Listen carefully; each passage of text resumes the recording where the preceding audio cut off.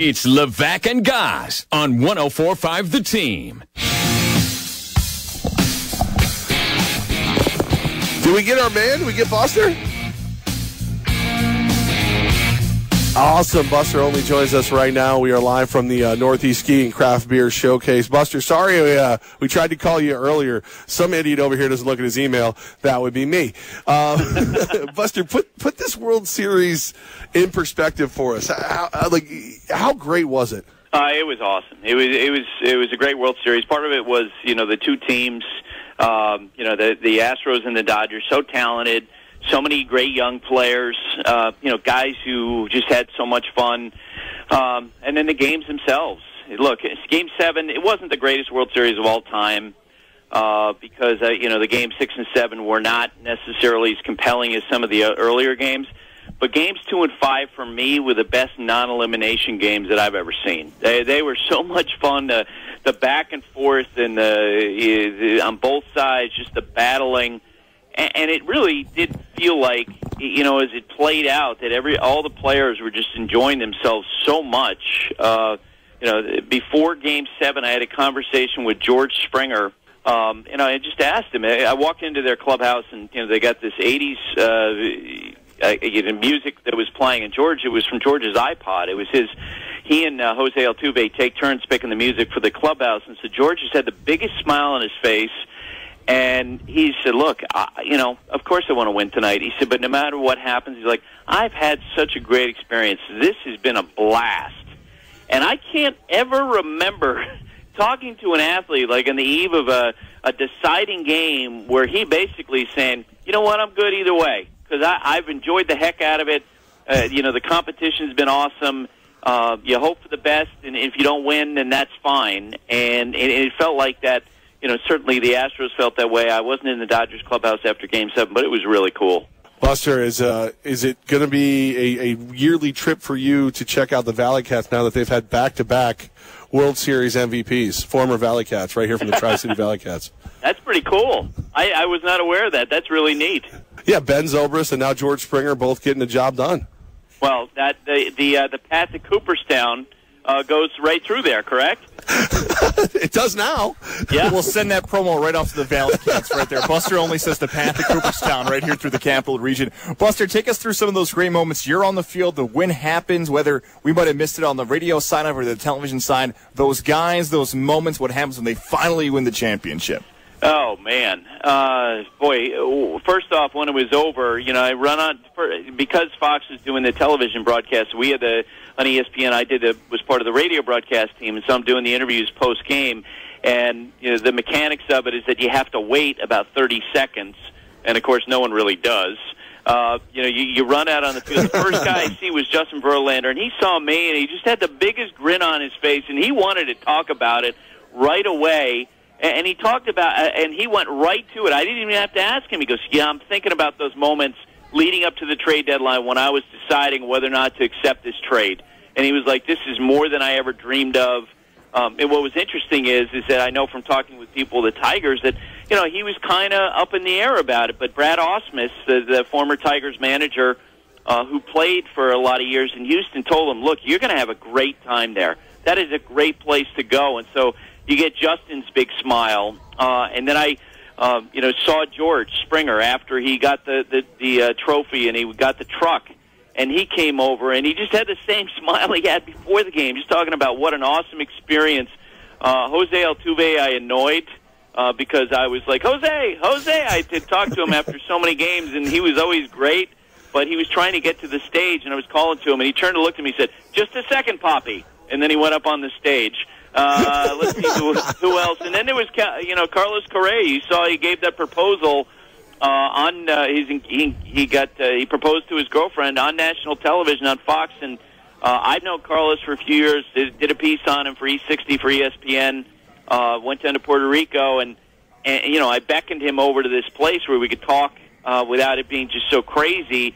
And he gave me the whole backstory of how he, thought about doing this. He thought this would be a perfect place to do it. And I asked him the question about, how do you, you present this ring that's the size of the state of Texas. How do you get the ring on the field? What's the mechanics of that? And he talked about how he went to a clubby before the ninth inning and basically said, look, I don't want to jinx this. And I know, Levack, knowing your personality, you would have been totally against something like this. He said, I don't want to jinx this, but if we win the World Series, bring the ring out onto the field. And so that's what the clubby did. He set it up, and the clubby brings out this massive rock, and so he proposes on national television. He was just so happy. And, I asked him questions about that, and it's like, oh, yeah, by the way, congrats on being a World Series champion as well. A great future for all those guys, especially whether it's on the field or off the field. How about the future of the Houston Astros? Will we see this franchise around, maybe back to a World Series again in the near future? Goz, when you started that question, you said, and a great future for those guys, and I thought what you were going to say was, imagine all guys trying to come up with a decent wedding or marriage proposal right after that. Has the bar been set high or what? Look, Buster Goz just proposed, and I compared the two unfairly on the air because I'm a jerk. You won like a world championship someplace and then gave a ring that probably is worth $200,000? No, Buster. That's why I asked the question. I'm already out of that. I said my fiance, I told her, that didn't even happen. That was all edited in. That's all CGI. And she texted me on the air and said, no, I saw the proposal. Nice try. No, what you said to her is, whatever mine lacked for in that sort of stage, it made up for in sentiment. Yes, of course. So to answer your question Buster, about the Astros, are we seeing the beginning of a dynasty? Well, here's the thing, and I was just going to mention, a year ago, what was the question we were asking about the Chicago Cubs?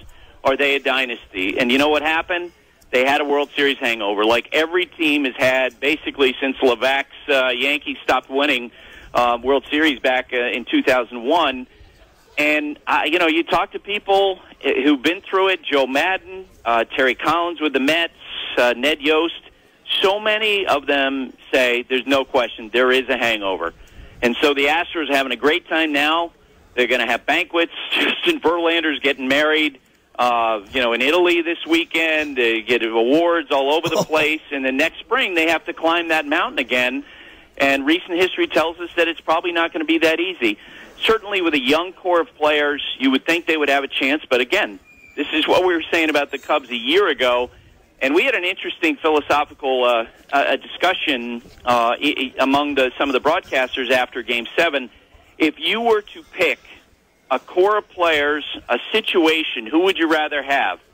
The Boston Red Sox, the Houston Astros, the Chicago Cubs, or the New York Yankees, given the circumstances with the prospects, the talent, all that? A couple people mentioned, I had Aaron Boone, I think, was on my podcast today, and he said he would take the Astros. I take the Yankees because the Yankees have the money to sustain it. They got money coming off the books. You're going to see a lot of great matchups between the Astros and the Yankees in years to come.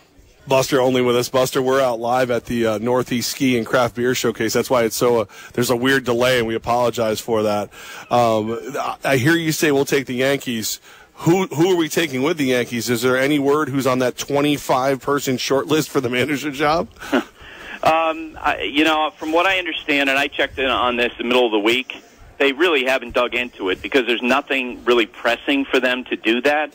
All the other teams have picked their managers, and so they're not competing with anybody, and so they'll go through this process.